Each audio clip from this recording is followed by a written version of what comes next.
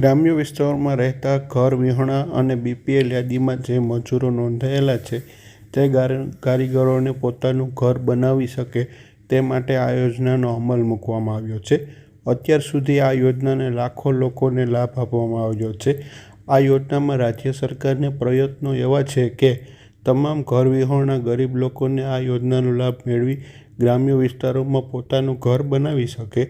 એ માટે 1/5/2017ના રોજ ગુજરાત સરકારે આ યોજનાનો નવો ઠરાવ કરી ફક્ત ગુજરાતમાં મફત પ્લોટ યોજના નિયમોના ઘણા સુધારા વધારા કરવામાં આવ્યા છે. પછી આ યોજનાની લાભ મેળવવાની પાત્રતા શું છે તેના વિશેની માહિતી જોઈએ. ગ્રામ્ય વિસ્તારમાં જે લોકો પ્લોટ ધરાવતા નથી તેમને આ યોજનાનો લાભ મળવાપાત્ર છે.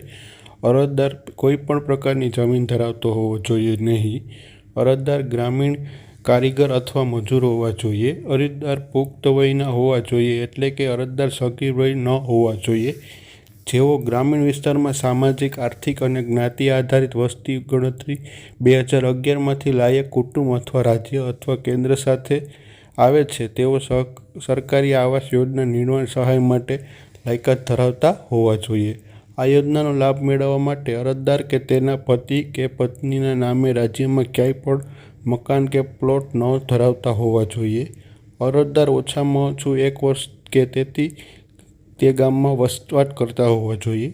અરજદાર ખેતીની જમીન ધરાવતા ન હોવા જોઈએ. અરજી ક્યાં આપવાની રહેશે? આ યોજના અંતર્ગત અરજી કરવાની પ્રોસેસ જોઈએ તો તેનો લાભ લેવા માટે લાભાર્થીઓ સૌપ્રથમ ઓફલાઈન અરજી કરવાની હોય છે. અરજી કરવા માટે ગ્રામ પંચાયતમાંથી ફોર્મ મેળવી તેમાં માંગેલી તમામ માહિતી કોઈ ભૂલ વગર ભરી જેથી જરૂરી ડોક્યુમેન્ટ જોડી તલાટી મંત્રીશ્રીના સહી સિક્કા અને સિક્કા કરવાના હોય છે.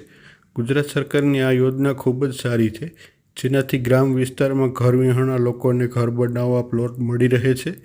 આ યોજનાને વધુ માહિતી માટે તમારા ગામમાં ગ્રામ પંચાયતમાંથી તલાટી મંત્રી પાસેથી માહિતી મળી રહે છે. યોજનાનો લાભ લેવા માટેના જરૂરી દસ્તાવેજો.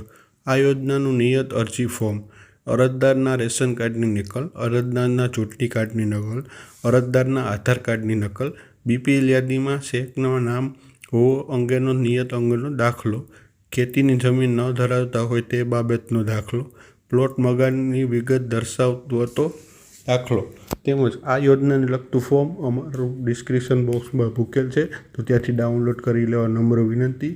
હવે મળશું આપણે એક નવા વિડીયો સાથે. ત્યાં સુધી અમે રજા આપશો.